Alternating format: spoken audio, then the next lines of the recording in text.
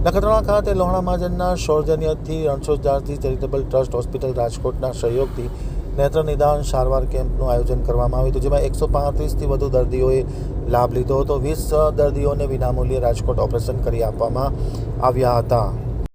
હવે જોઈએ નખત્રાણા આમતક ન્યૂઝ બ્યુરોનો એક વિસ્તૃત અહેવાલ. નખત્રાણા લોહાણા મહાજનના સાનિધ્યમાં રણછોડદાસજી બાપુ ચેરિટેબલ ટ્રસ્ટ હોસ્પિટલ રાજકોટ દ્વારા 85મો નિઃશુલ્ક નેત્ર નિદાન સારવાર કેમ્પનું આયોજન કરવામાં આવ્યું હતું, જેમાં 135થી વધુ દર્દીઓની આંખની તપાસ કરવામાં આવી હતી. ટીપા દવા નિઃશુલ્ક આપવામાં આવ્યા હતા. 20 જેટલા દર્દીઓને મોતિયા અને વેલ માલુમ પડતા તેમને ઓપરેશન માટે રાજકોટ લઈ જવામાં આવ્યા હતા, જ્યાં નખત્રાણા લોહાણા મહાજનના સૌજન્યથી તેમને વિનામૂલ્યે ઓપરેશન કરવામાં આવ્યા હતા.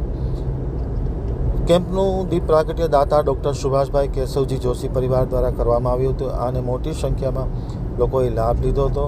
ડૉક્ટર સુભાષભાઈ જોશી, માલતીબેન જોશી, ભાવિનભાઈ જોશી, રાજનભાઈ જોશી, જિજ્ઞાબેન જોશી, હેમલતા, હેતલબેન જોશી, દિવાન હાજર રહ્યા હતા. સમાજ દ્વારા તેમનું વિશેષ સ્વાગત સન્માન પણ કરવામાં આવ્યું હતું. ખાસ કરીને નખત્રાણા લોહાણા મહાજનના પ્રમુખ રાજેશ પલણે આમતક ટીવી સાથેની વાતચીતમાં માહિતી આપતા જણાવ્યું હતું કે સમાજના કુલ 10 વ્યક્તિઓ એવા છે કે જે કાયમી દાતા છે અને આ કેમ્પમાં સહયોગ આપી રહ્યા છે અને કેમ્પ યોજાઈ રહ્યો છે. ખાસ કરીને ટીમના પ્રાગજીભાઈ અનમ, જગદીશભાઈ પલણ, વિશનજીભાઈ પલણ, ભરતભાઈ પલણ, નીતિનભાઈ રાજદે, અનિલભાઈ જોબનપુત્રા, મેહુલભાઈ દાવડા, અરવિંદ ઠક્કર સહિતના લોકો આ કેમ્પને સફળ બનાવવા માટે જહેમત ઉઠાવી હતી. સંચાલન નખત્રાણા લોહાણા મહાજનના મહામંત્રી નીતિન ઠક્કરે કર્યું હતું.